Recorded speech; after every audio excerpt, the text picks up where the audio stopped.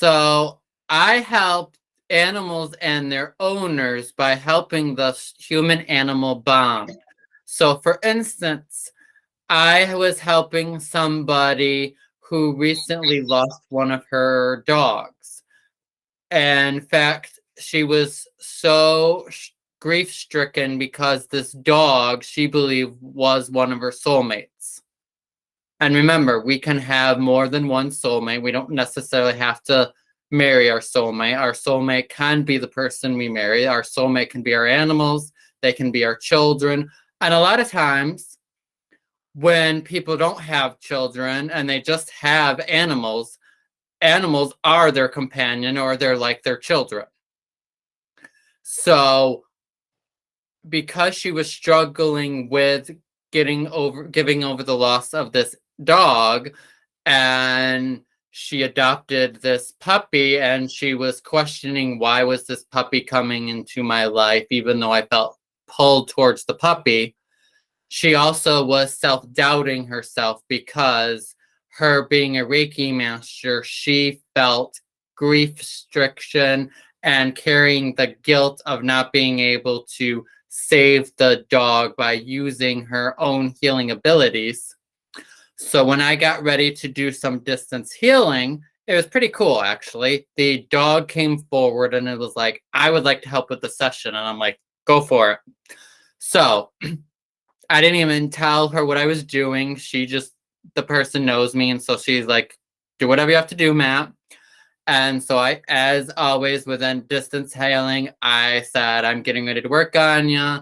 Make sure you're not going to be interrupted. You can listen to soft, gentle music. I will call you when I'm done. So to help with her and this puppy, first we had to help her heal with the loss of the dog. So the dog came forward and I was guided to do an angelic healing to help with the human animal bond. And so what an angelic healing does is I hold the space and the angels come in. So in this instance, to help with the grieving process, Michael came forward for protection. Gabriel came in for communication. Raphael came in for healing. Uriel came in for wisdom. Zadkiel came in for forgiveness. And we just worked on the first half an hour to help her be grateful for having that human-animal bond experience with her and the dog, so that way she could be in a better place, forgive herself that she couldn't save the dog. And then the last half an hour, I was to focus on her and the puppy to help strengthen her and the puppy's bond. And so the same angels, but then other angels came forward. So we had Raguel for joy, Hanuel for harmony, Chamuel for self-love. And we all just worked together and sending her healing and healing her and the new puppy, so that way her grief wasn't going to interfere with her and the puppy developing a human-animal bond.